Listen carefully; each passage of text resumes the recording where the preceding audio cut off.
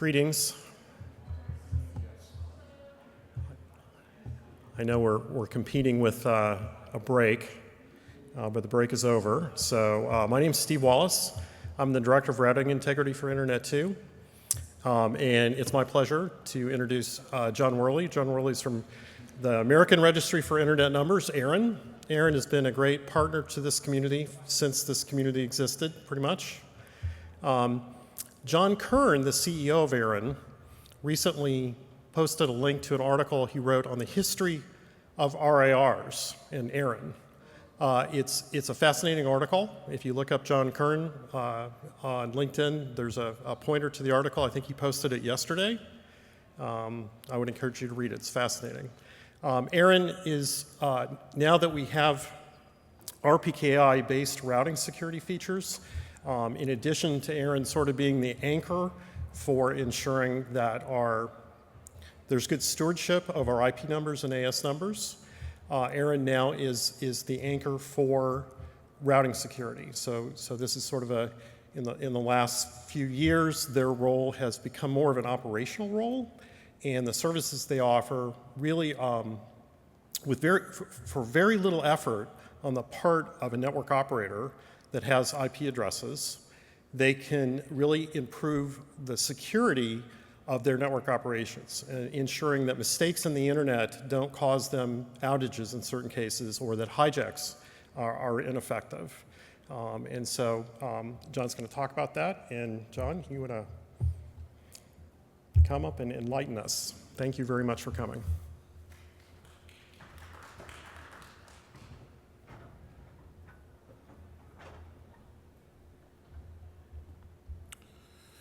Thank you very much, Steve. Steve's been a great partner for ARIN. He's really helped us with routing security, so thank you, Steve. So my name is Jon Worley. I've worked at ARIN for 20 plus years.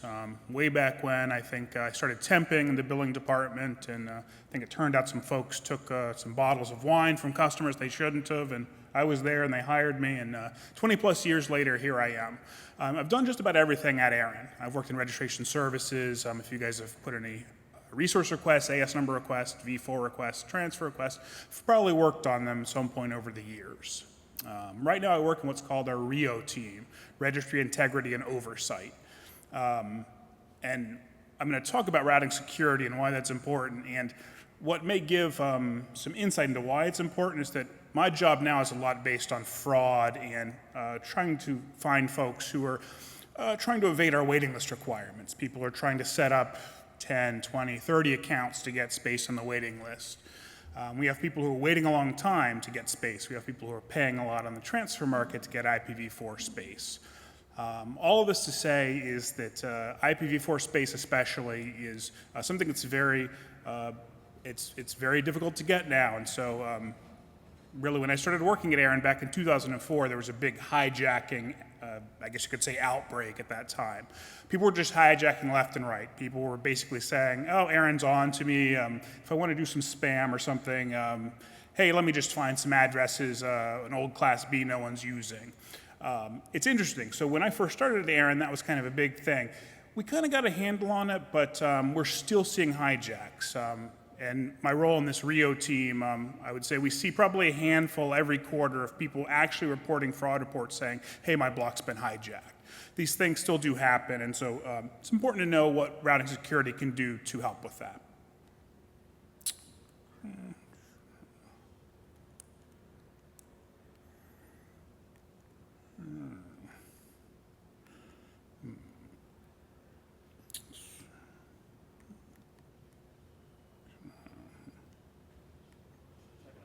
Yeah, I'm trying to advance. Let me see here.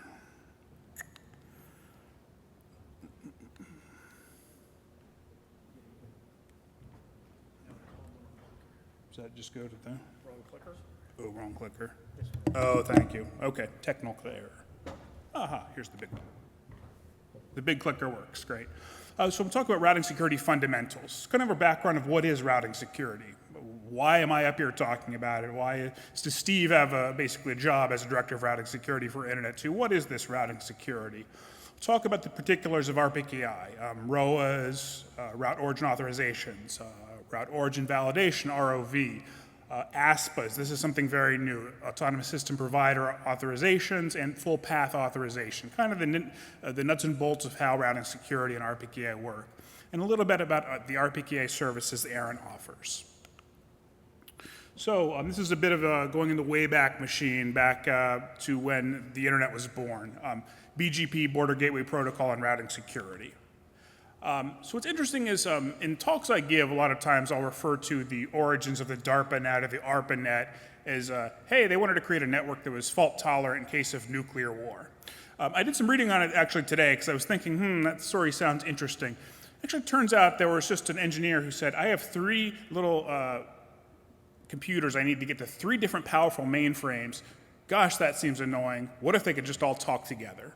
That's what BGP is. It's just a protocol, a way for computers to easily connect to a packet switching network. It's amazing. It enabled the internet we know today because it's so easy, because it's not anything where you have to go get permission from anyone to get on the network. It was a network of trusted peers. Basically, it's what Internet 2 is today. It was government, universities, researchers, people that everybody on the network knew. And it was what one of my colleagues used to call routing by rumor, right? We didn't really need any kind of routing security. Everybody in the room who was on the network was trusted. So it was basically, hey, just accept what you hear and tell everybody else about it. There wasn't really a need for security because everybody on this network was secure. The problem, of course, is that when we transitioned to a commercial platform, we didn't really have a way to replace that old everybody knows everybody and everybody can be trusted with a means to check routing to make sure that people weren't, for example, saying, oh yeah, that University of Great Lakes, that's me. Yep, that Class B, that's mine. It created an atmosphere where it was quite easier for people to route blocks they shouldn't be routing that aren't theirs. BGP as a protocol is not a secure protocol. It's not designed to be. It's designed to make interconnection of computer networks extremely easy. So there's no confidentiality. There's no authorization of advertisements. If you have a BGP peering session, no one's telling you whether the routes you hear are or are not valid. You hear all the routes, and this is where routing by rumor comes in. You hear everything from your peers, you tell all your peers about it, and that's how hijacking happens. There's not necessarily, baked into BGP is not any notion of what's valid and what isn't. There's only a notion of what I know and what I tell my peers, and that's it. So absent any form of routing security, it is a very insecure protocol. There's no verification of the integrity of what you've received, let alone authorization of advertisements. You don't even know if somebody's messed with the data you've received in BGP. And it's just not really repairable. It's not a protocol that is going to secure itself. So what can we do? So to give you an example of the practical impact, this is a pretty well-known incident. Way back in 2008, the government of Pakistan said, we need to prevent access to YouTube inside Pakistan. So we're going to sort of decree that this YouTube needs to be taken down. The telecom, the state-run telecom, Pakistan Telecommunications Company Unlimited, basically tried to route only one particular /24 that YouTube was on. Okay, now we're gonna sort of black hole the traffic and nobody will see it in Pakistan. Unfortunately, that route spread and everyone in the world picked it up, and instead of just preventing those folks in Pakistan from viewing it, the entire world was unable to access, and all of YouTube's traffic was going through Pakistan Telecom. So these are things that can happen, and it wasn't the intent of the originator to basically reroute the world's traffic, but that's what ended up happening. And that's what can happen with BGP not being a secure protocol. It's quite easy for this type of thing to happen. Another thing that happens in 2018, this was not just an accident, this was an active attack. Basically from an AS number of just a small provider, attackers announced a single /24, I believe, of Amazon's authoritative DNS service. So they basically put up a route, nobody saw that it was illegitimate, and their name servers were able to redirect traffic for a cryptocurrency wallet to Russia, I believe it was, where there were servers that replicated the exact look and feel of the legitimate site, but stole credentials and were able to get about $150,000 worth of crypto in value. So this is something that happens. There are other attacks like this that happen that are not just, oops, I misconfigured something, or I was trying to black hole data, but I actually hijacked for the world. Deliberate attacks like this can happen. And one that actually is probably going to keep increasing. This is sort of similar to the Pakistan telecom in following the military coup in Myanmar in 2021, Russian crackdown on social media after its invasion of Ukraine. These telecoms are trying to block access to Twitter. So they're basically just trying to black hole it to prevent their own folks from getting into it. In both of these cases, however, as happened with Pakistan telecom, is that these things get out, they leak out, and Twitter users all over the world, or I guess it's X now, were impacted. So these things are ongoing. I think, given what's going on in the world today, it's probably going to keep increasing. So this is why routing security is needed, not just for deliberate attacks, but because it's so easy for someone to unintentionally do something that impacts the rest of the world's routing. So what is routing security? Routing security is the practices and technologies that secure routing, that protect the flow of data as it moves across the internet from one network to another. Basically, we're making sure that the data goes on its intended path. It's in effect a validated map of the internet to make sure that it's getting where it needs to go without any interference, without anybody messing with the data, compromising it, or misdirecting data. This basically is just a way to make sure that our routing is authorized. Really before this, and I'll talk about this in a second, we had routing registries. There were things we had that sort of were kind of going towards routing security, but didn't really completely do the job. And it's really important now that we don't have time anymore. It's interesting, part of my role in the RIO team, the Registry Integrity and Oversight team I work with, is kind of doing, investigating things that may be fraudulent. It's quite interesting that people still do these things called LOAs, letters of authorization, of sort of, hey, here's this piece of paper that decrees I'm allowed to use this address space. And it's just a little bit laughable at this point because those things are just not worth anything. I mean, when you gather these LOAs, these signed, they're just not, people who are gathering those, it just doesn't do anything in terms of validating. All it really is a piece of paper you can point to that said, that's why I decided to route this space. So we really need something that doesn't require humans to look at it and say, gosh, is that right or not? It needs to be secure and it needs to be something that can be done in an automated fashion. So that's what routing security is in general. Why is it important? Well, the internet being ubiquitous is probably enough of a reason to say why it's important. As I mentioned, though, it's also because misconfiguration can happen. Accidents can happen. So even when there's things that aren't intentional attacks, it's very easy for somebody types, for example, maybe 192 instead of .12, or vice versa. Inserts a 9, you put 192.192 instead of .12. Very easy to enter in things wrong, and these things can have a cascading effect. So that's why these routing security is essential. It is basically to make sure that people can't take your resources and announce them and use them for things they're not supposed to be used for. So we'll go back in the Wayback Machine a second. So internet routing registries were sort of the early answer to, gosh, what do we do now that the internet is becoming commercial and it's expanding, it's blowing up, everyone's using it? How do we make sure that people are using? Gosh, I'm at a college. I have a Class B I got way back when. How do I make sure that I'm the only one that can use that? And internet routing registries were basically just a way to publish information, objects that would say who's allowed to use what. For example, this is my Class B. This is my /16 block, and here's the AS number or numbers I authorize to announce it, to route it. And that was sort of cool. It worked really well. The problem was that there was, 10, 20, sometimes routing registries. They might have data that conflicts with one another. They make a best effort to make sure, for example, that they are, if you say you're from Northwestern or something, that you are an actual representative of that university. But it's sort of a best effort thing. Third parties, sites don't always know who the legitimate representatives are of registrants. So these are sort of useful, but they're kind of not 100% way to do things.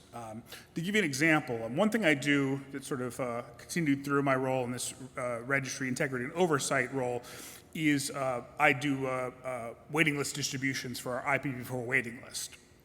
What's interesting is, so the way we get that space is people don't pay their bills. Somebody forgets to pay a bill, they go away, they disappear, and eventually we take their space back.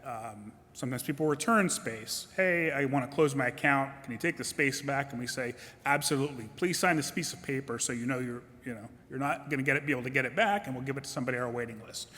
About half the blocks we clear for our IPv4 waiting list still have routing registry data published for them. In other words, these things have been out of WHOIS for 6 months, a year, and about half of them still have routing registry data. Meaning, people don't remove stuff if information gets stale.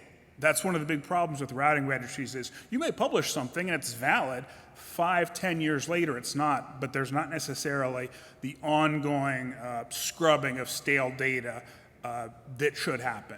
So IRRs are useful. They're out there, they still get used, they're still very useful, but they're not the top of the line of the highest source of truth of routing security that they used to be.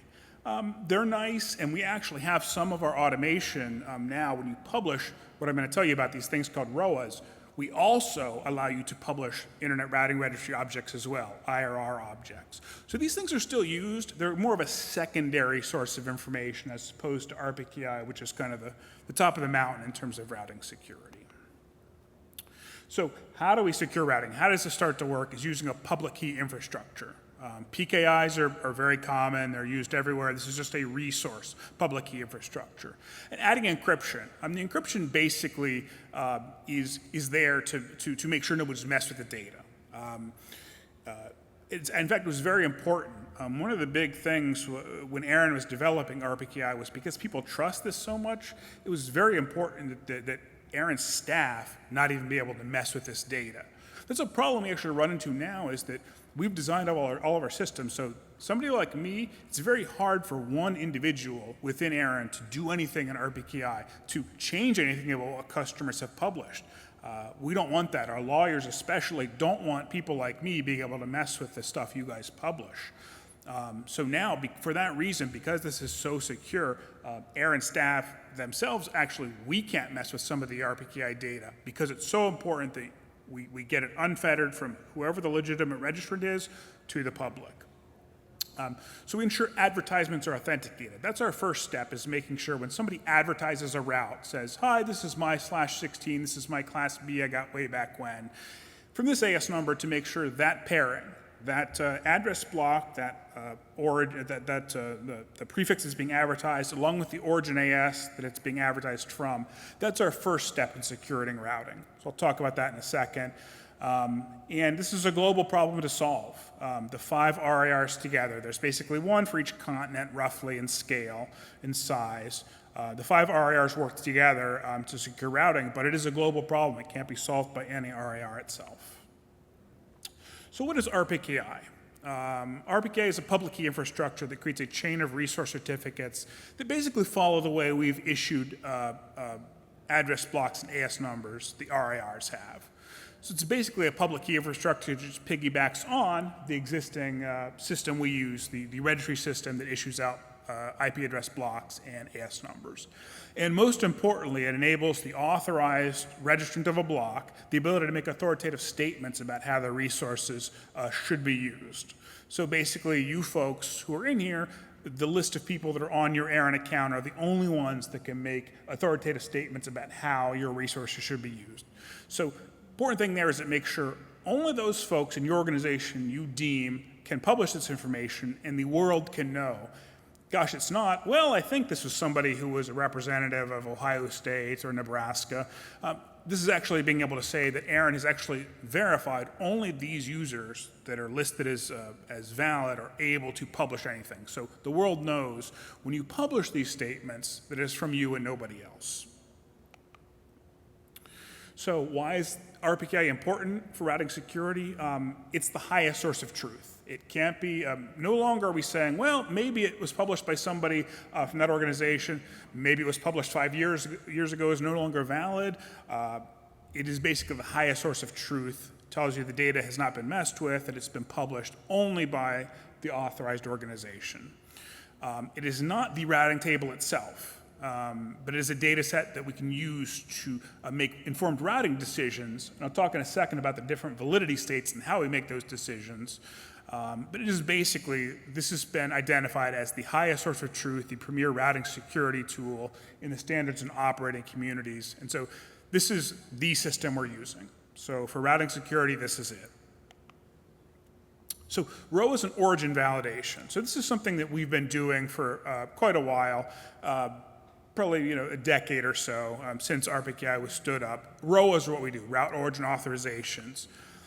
What this basically does is, in short, these are my IP addresses. This is my block of IP addresses, my class B, my /16, and I authorize this AS number to announce them to the world. So it is a very simple thing. For those of you familiar with routing registries, it's like a route object. This is my prefix, this is my block, and this is what AS number I authorize to originate them to the world. This is basically, they're signed objects that are the building block of RPKI. This is a route origin validation. So this basically this allows an operator to look at every route in the routing table and say, does this pass RPKI validation or doesn't it? And I'll show you in a second, there's 3 states, but valid, invalid, and unknown.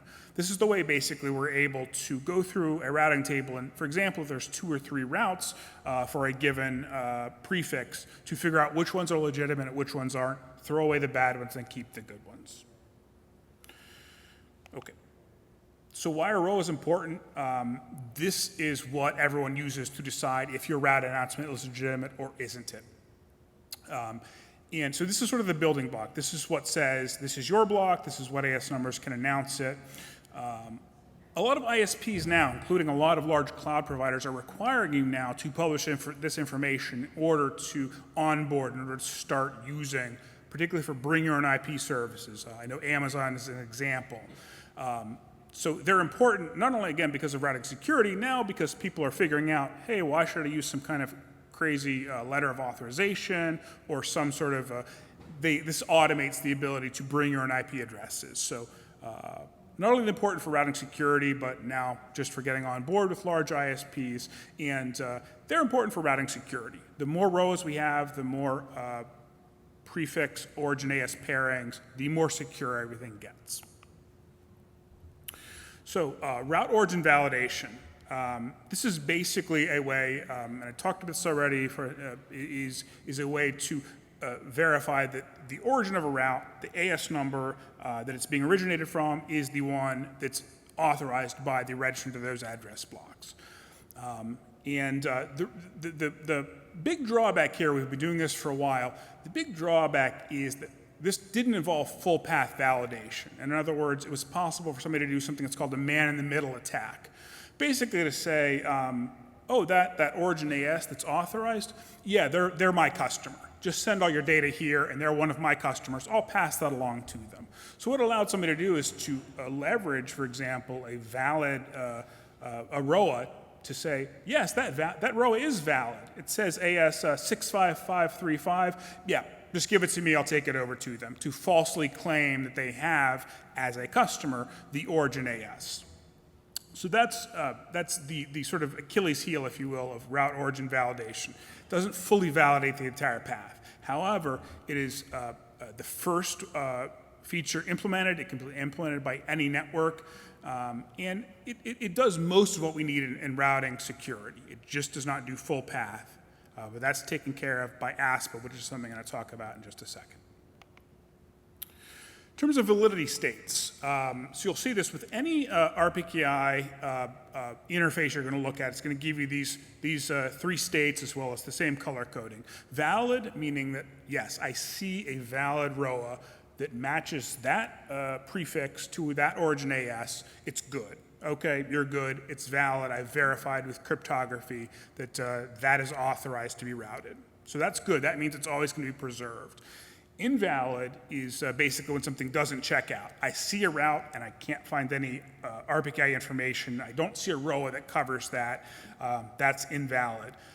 Unknown basically means I don't have any information one way or the other. I don't see a ROA that references the IP prefixes, and there's no there's no route there for me to evaluate. So it basically means I don't have any information one way or the other. Best practice is, I think when there's things that are unknown, is to keep it. Sometimes people have saying, well, what if I turn on RPKI? What if I don't make statements? If you do start making statements in RPKI, it's best to have all of your route announcements covered.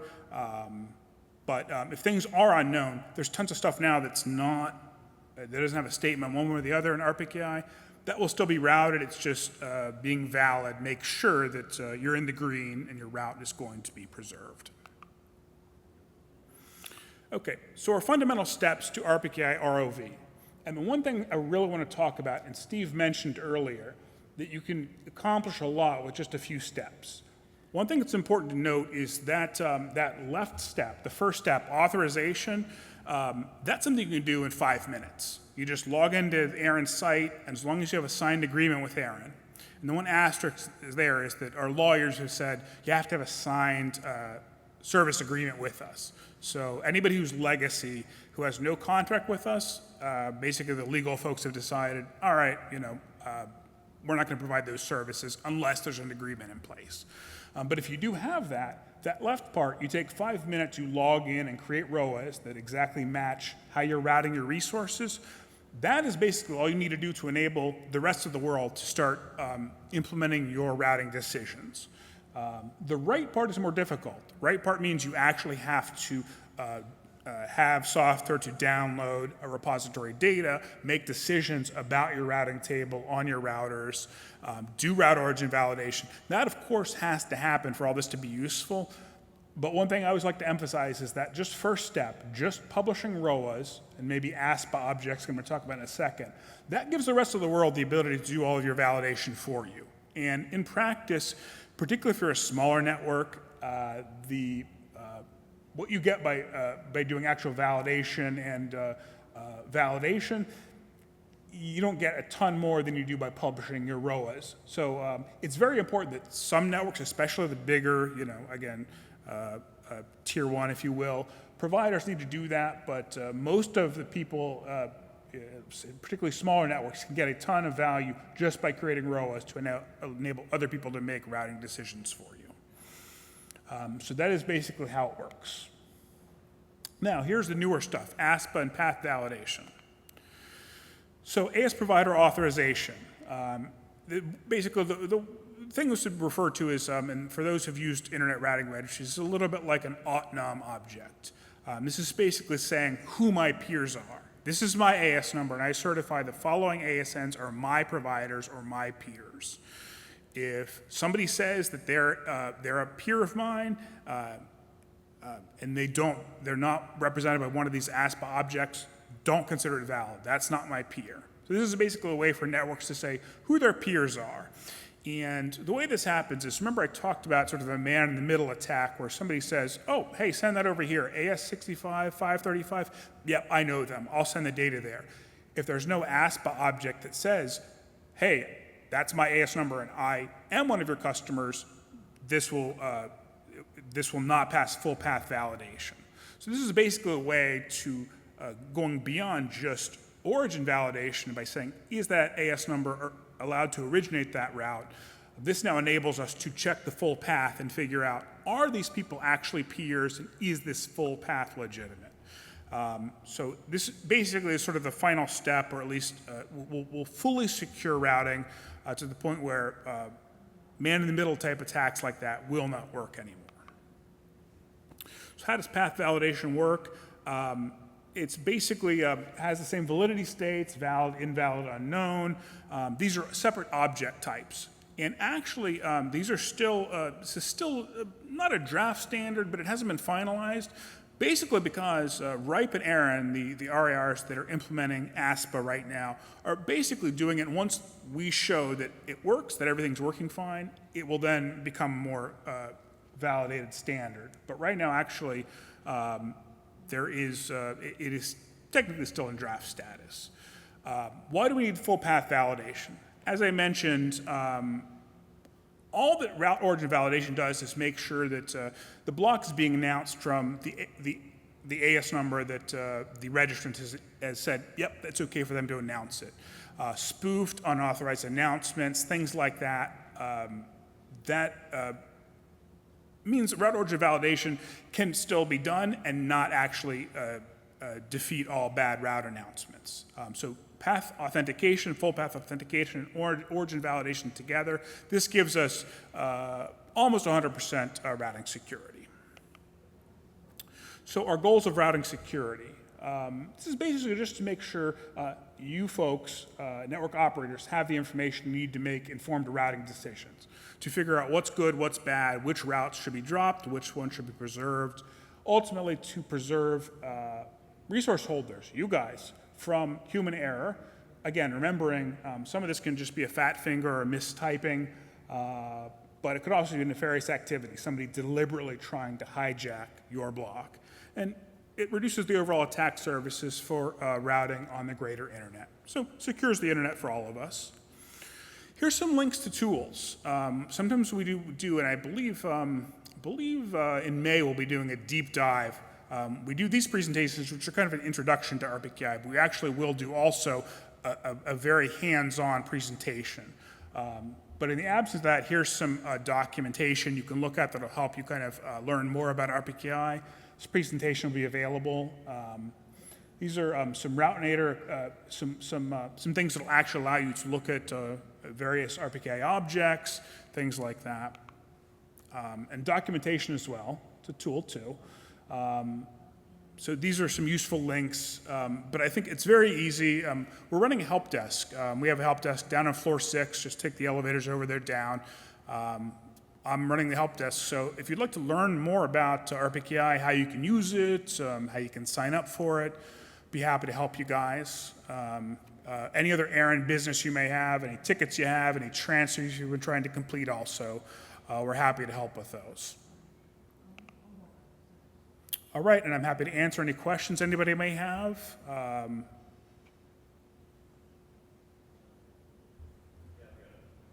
Okay. ARIN, which is the Arkansas Regional Network. And I may get the letters wrong. ASPN, the new... ASPA. ASPA, okay. It sounds to me like it's going to be based similar like ROAs are, where you validate, in ROAs you validate the authorization of the IP block, right? In ASPA, if one of my members goes into their ARIN portal and validates my AS as a transit provider for them, what validates that path beyond my network, my upstream transit? So it's all basically a chain of, so they list you as a peer. You list them as a peer. Now you have something else that says one of your peers. So it's all just sets of 2 AS pairs, if that makes sense. Yes. So they publish, you're their upstream, you publish your downstream, and then you also publish whatever ISP is your upstream. So they're always pairs, and we put those pairs together. Does that make sense? I think it does. So in my case, I've got 2 upstream commodity providers. I would need to publish whatever AS numbers. That's right. And we look and we say, okay, that pairing, both of those match. Okay, so it's all composed of just individual pairings, and then as long as we can match that along the path. And so anybody that I'm expecting to transit my members to, I need to include in that set of pairs. Steve looks like he was to. So it's my understanding, but I could be wrong, that an ASPA only authorizes your service providers, not your downstream Okay, I'll have to check to make sure, because I do want to make sure that answer is right, but let me check. We'll definitely- That's a nuance, but it doesn't change my question. In fact, I had made the same assumption. So it means that you don't have to list your customers. Right, You only list your transit. right. But I need to list Internet 2 because I transit my customers to Internet 2. So if you had a peer, let's say you peer with another regional network, or a better example, let's say you peer directly with Google. Which I do. You would not list Google as a service provider. You would list Internet 2 as a service provider, and you would list, well, I understand it, you would list your transit provider as a service provider. And we actually have a tool that you put in your apps to show you when you're asking for something. So I peer with Netflix directly. RON peers directly with Netflix, directly with Google, and soon directly with Microsoft. But I'm transiting my customers to those. Right. So where does that leave me there? So I will double check. So John, my understanding is your aspect would include your service providers, but not include Microsoft. Okay. They're not transit. And that's correct. They would not be transit providers. And your customers, if they get everything from you, it's you, if they got everything from you, but they also have a commodity provider, they will list you in that commodity provider. Okay, that makes sense. I could be wrong. You're probably right, Steve. But thank you. Thank you for the assist, Steve. So ASPIs are so new that when I looked at this a week ago, there are two networks within Internet 2's 1,100 networks that have ASPIs. We don't. And there's not production code for our routers unless we install some sort of patch that could do ASPI validation. So it's new and everybody's getting more comfortable with it. I think it's critical that people do the rows. That's like very well known, very well understood, and most networks in the world help protect you if you have a row. And like John said, it's 5 minutes of work for most people to break. And by the way, I won't help anyone to break the rows. I'll do it all my business. So rows are great. There's also a part of ASPIN that's more complicated for the RE ecosystem. And Internet 2 is unclear on what rows it should create because the RE networks like Internet 2 around the world offer mutual backup transit programs. And it's not crystal clear. ASPIN was never had this thought involved. And it's not crystal clear how we create our ASPINs. And we're still figuring that out. We will have a webinar that will be conducted by Dr. Mist, who wrote, was one of the authors of the standards for ASPIN. And I think we'll have that webinar at the end of next month. And he knows our particular situation, so we helped him understand the current environment, and he thinks he can give us all good advice. Thanks, Steve. And Steve, you're going to be giving a presentation at ARIN meeting next week on all your cool tools. On ROAS, yeah. So, so check that out. Our meetings are available remotely, so Steve will be doing great content. So thank you for helping with that. And we only have we have less than 300 ASPIs right now. I just checked, and there's less than 300. So we're in infancy, so thank you for the great questions. There's no more. I thank you very much.